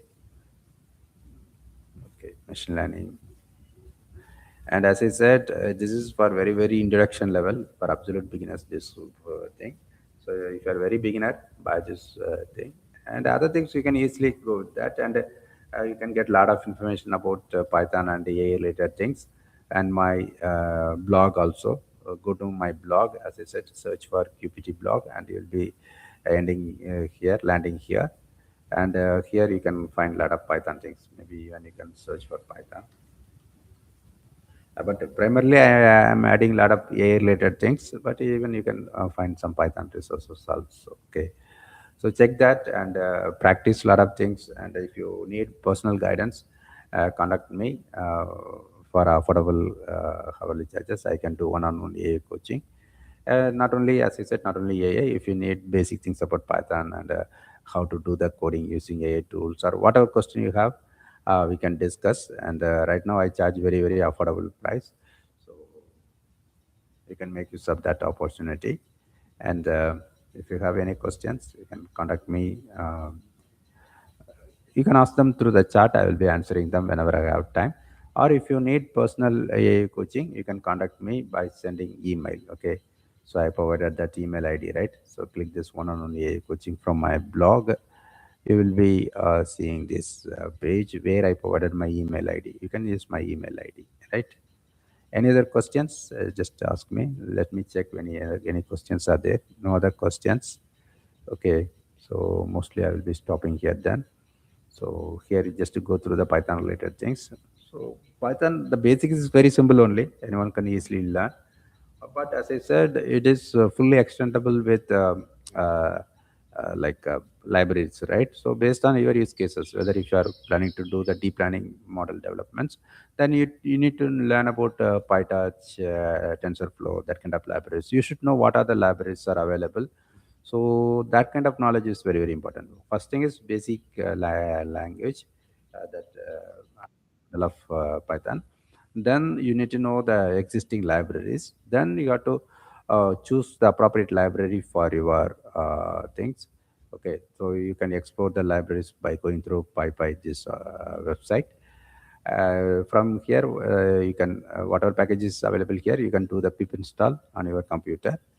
Okay, that's the thing. And next thing is using that packages effectively. So you have to learn that particular package very effectively. And sometimes we may need to use multiple packages, right? So that's the thing. So we need to sometimes we need to do trial and error. Say for example, in RAG system, we have to deal with a lot of PDF files, right? So some library will be handling some kind of files effectively, but we cannot expect the same library to handle other kinds of PDF files. So we have to choose appropriate things, and most of the libraries are open source. Suppose if you want to create your own thing based on that, maybe you can extend that, right? Also, right? So that is the power of Python. So a lot of open source libraries are there. You can expand it, and you can make it workable according to your requirements. Okay, and that is all one fundamental things. But as of now, it is very important to know about AI coding agents, right? Whether we like it or not, it's become inevitable, right? We should the companies are encouraging the developers to use them to save time and like now they are becoming better also, right? So that case, it is surely uh, advisable to use them, but with carefully, okay, with a lot of care. We have to take a lot of care to use them, okay. And there are any other questions? I'll be answering questions, or maybe we can stop that. So no other questions. So I'm just stopping it. And as I said, this purpose of this live is to tell about this Python book. As a beginner, if you're planning to learn Python, just to check my book in the Amazon. Okay. And apart from this book, I have released a lot of books, around 45 books, mostly related to AI learning. Go through those books, and if you are Kindle Unlimited member, you can freely read that books. Tell about this opportunity to your friends who may be interested. And if you are Amazon affiliate, and if you are willing to earn money, you can share my books, because I keep on adding more books that are in high demand. So that will be useful for you to earn money. Okay. And if you are interested to get my AA course, recorded AA course, which has 8 hours of videos and 9 AA related books, you can freely get during this offer period. Okay. So check my previous videos to know about that. And if you are interested in learning RAG, other things, I already did a detailed tutorial. Okay. Say, for example, if you check my channel's live tab, you can find the details. See, go to my channel QBT, okay, or you can search my name Bhadamai Command and Muthu to find my channel. Handle name is QBT, and there you have to then go to live tab. Go to live tab, okay. So here, like a few days back, I did this live to teach about RAG completely. 2 hours of live. You can get a lot of information there. But still, if you need some specific guidance, or if you want me to work on any specific RAG related projects, or if you need some guidance for doing your RAG project, or like if you want to improve your business by introducing some kind of or exploring the RAG of projects, you can contact me. Okay, so here you can freely watch this video, check that. And similarly, I keep on adding more content. Okay, and in the coming days, I will be talking about more of my books, and I will be giving more details. Okay, so here a few days back I explained about this book, right, AI for healthcare professionals. If you know any doctors or nurses or hospital admins, you can tell about that book. I hope that will be adding a lot of value to them. I put significant time for coming up with that book, though I use them, create them using ChatGPT. I put significant effort in framing the prompts and arranging the books effectively. Okay, and as I said, moreover, I created this book with the help of ChatGPT, and I explained in my previous live how to use ChatGPT to learn Python. Okay, and you can take this as a starting point, and then you do a lot of brainstorming with that tools. But know the hallucination, other fundamental flaw related to AI tools, and just know that facts. Okay, before using them heavily, and, so that you can take necessary measures to mitigate that problems. Okay, and if you are learning, and if you have a lot of articles and books about Python, and if you want to keep them everything in the same place, and this notebook LM is the best tool for organizing the study materials, right? You can keep everything here, and you can use that. It's a basically RAG based application, so it's grounded, so the reliability will be somewhat better than ChatGPT or any kind of AI tools. Okay, so just to explore those things and do the systematic study, practice a lot of things. And if you need some guidance for installing the things on your computer, or struggling somewhere, or if you want guidance for using AI agents, coding agents like Cloud Code effectively for your business, or for even for beginners, if you need me to guide, you can book my time. Okay, so see the details here. You can book my time, but my teaching will be more useful for the people who are interested to learn RAG, which is in high demand in the job market, right? Almost all the companies are looking for uh, people with the RAG skills, because we know LLMs are powerful, but they have some shortcomings like hallucination and lack of private information, lack of latest information. So some mechanism should be there to allow the companies to deal with that, right? So that is the reason why companies are looking for people with the RAG skills, because they believe RAG can manage those things. Okay. So in that perspective, if you want to learn RAG thoroughly, maybe you can contact me. But already, as I said, I already did 2 hours of a tutorial video. But still, a lot of topics are there. Like we cannot like explain the tutorial about any specific cases, right? Suppose if you do some projects, then you will be coming to know about various issues. Then we can discuss that, right?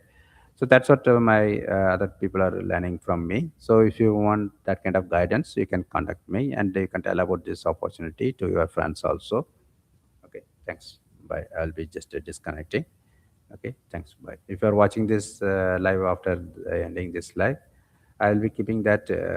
I plan to keep that in the recorded live, so you will be able to watch. If you are watching that, if you have some questions, you can ask them through the uh, chat. I'll be answering them later. Okay, thanks. Bye.